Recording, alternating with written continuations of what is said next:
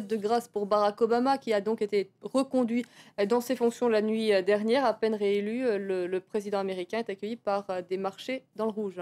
Dans le rouge tout de suite aux États-Unis, dès l'ouverture, et ils ont terminé dans le rouge vif également. Dow Jones qui a reculé de 2,36%, Nasdaq moins 2,48%, S&P moins 2,37%.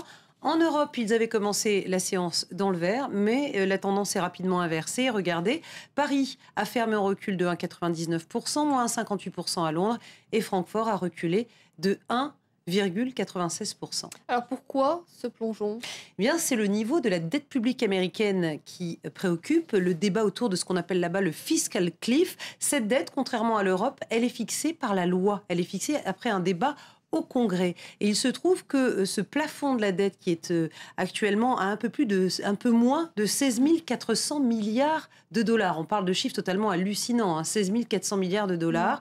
Ce plafond, il va être bientôt atteint si on ne fait rien. Et si ce plafond est atteint, en aucun cas il ne peut être dépassé et l'État américain se retrouve paralysé. Il ne peut plus payer ses fonctionnaires et faire ses dépenses de fonctionnement. Alors que se passe-t-il dans ces cas-là ? Eh bien, soit on remonte le plafond de la dette légalement, et il faut trouver un nouveau compromis entre républicains et démocrates, et ça n'est pas chose simple, ou bien on fait des coupes budgétaires, intelligentes ou pas, intelligentes évidemment si possible, et pour cela, le temps presse, on a jusqu'à la fin de l'année, et ça Barack Obama le sait, il y a urgence, écoutez-le.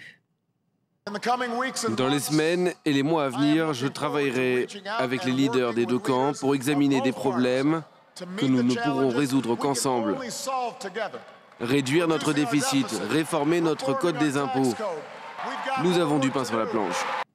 Alors que se passera-t-il si républicains et démocrates n'arrivent pas à se mettre d'accord sur la dette ? Eh bien là, on fait des coupes aveugles, on prend des décisions en quelque sorte aveugles, décidées au préalable, toujours par la loi. Ça veut dire des hausses d'impôts sur lesquelles évidemment les républicains ne sont pas favorables et des coupes importantes dans les dépenses.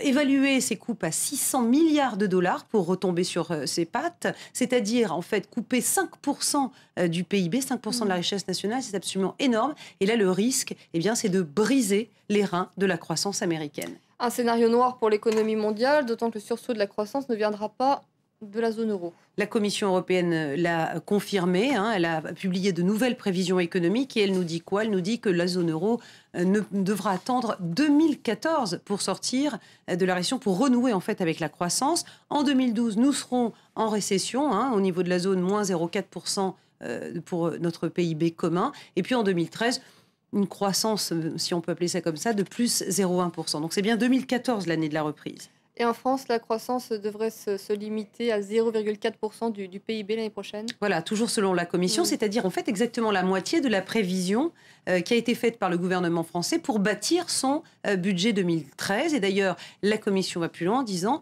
le gouvernement français ne pourra pas ramener, comme il le dit, le déficit budgétaire à 3%. À la fin 2013, dit la Commission européenne, le déficit français sera de 3,5%.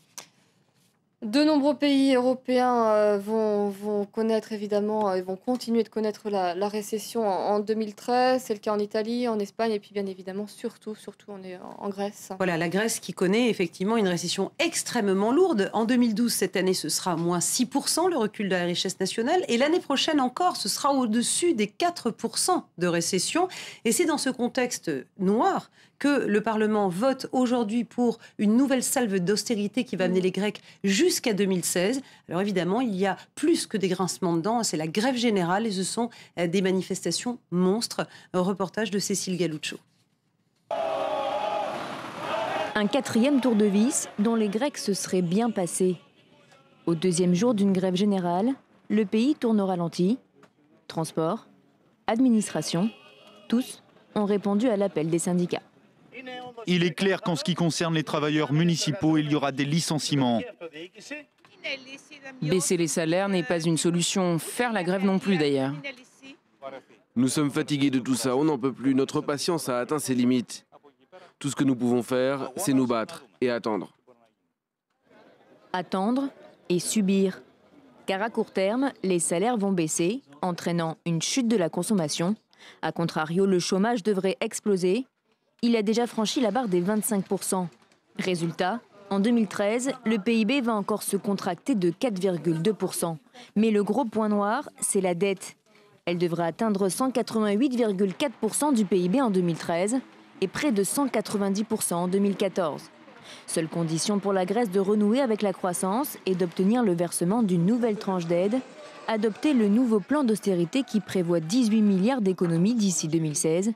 Une solution qui divise le Parlement. Tout le monde doit comprendre qu'il n'y a pas d'autre choix. Ces mesures ne mènent nulle part, seulement vers une pauvreté encore plus extrême de la population. Lundi prochain, la Grèce a rendez-vous avec son destin. Elle attend le feu vert de la zone euro pour débloquer les 31,5 milliards d'euros attendus depuis juin. La Commission européenne doit également dire si elle accorde à la Grèce un délai de 2 ans pour rembourser. Du côté des entreprises, BNP Paribas ouvre en grande pompe le bal des résultats bancaires en France. Oui, puisque son résultat au troisième trimestre est nettement meilleur que prévu. Son bénéfice est de 1,3 milliard d'euros. C'est une hausse de 144% par rapport à l'année dernière. Mais il faut dire que l'année dernière, c'était particulier puisque BNP Paribas avait dû faire des provisions pour dépréciation. Et ça concernait bien évidemment les obligations grecques, les difficultés de la Grèce à l'époque à rembourser ses dettes. Bénéfice en hausse de plus de 10% en un an pour Bombardier au troisième trimestre. Qui pourtant annonce des suppressions d'effectifs, 1200 suppressions de postes précisément, avec la fermeture d'un site en Allemagne, qui est l'usine d'Aix-la-Chapelle, Bombardier, qui veut absolument tailler des croupières à la concurrence Boeing et Airbus sur les monocouloirs. Merci beaucoup Myriam pour votre chronique ce soir. Vous restez avec nous dans Paris Direct. Dans un instant, c'est un